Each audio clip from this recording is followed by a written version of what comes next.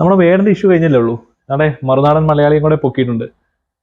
ഈ കേരളത്തിൽ സംഭവപരമായ കാര്യങ്ങളാണ് നടക്കാൻ പോകുന്നത്.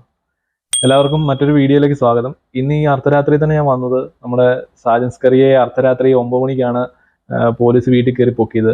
ഉടുപ്പ് പോലും ഇടാൻ സമ്മതിച്ചിട്ടില്ലെന്നാണ് ഞാൻ ആ ന്യൂസ് കണ്ടപ്പോൾ തോന്നിയത്. അദ്ദേഹം ഉടുപ്പൊന്നും ഇടാതെയാണ് പോലീസുകാരുടെ കൂടെ കൊണ്ടുപോയത്. ഇന്ന് തന്നെ വൈദ്യ പരിശോധന കഴിഞ്ഞു. കയറിയപ്പം എന്തൊക്കെയോ മുദ്രാവാക്യങ്ങളും കാര്യങ്ങളൊക്കെ ചെയ്തു.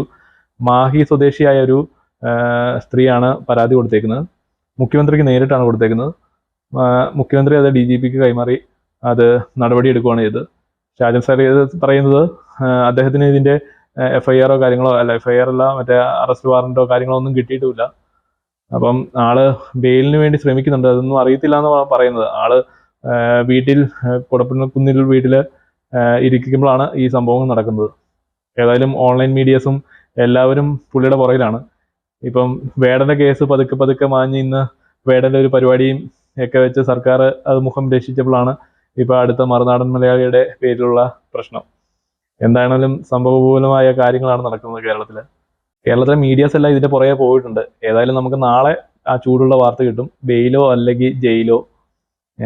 ഏതായാലും നാളെ നല്ലൊരു കറക്റ്റ് ചിത്രം കിട്ടും. അപ്പം ഒരു ഡീറ്റെയിൽ വീഡിയോ നമുക്ക് നാളത്തേക്ക് ഇടാം. അപ്പം സൈനിങ് ഓഫ്, ശ്രീനിക്.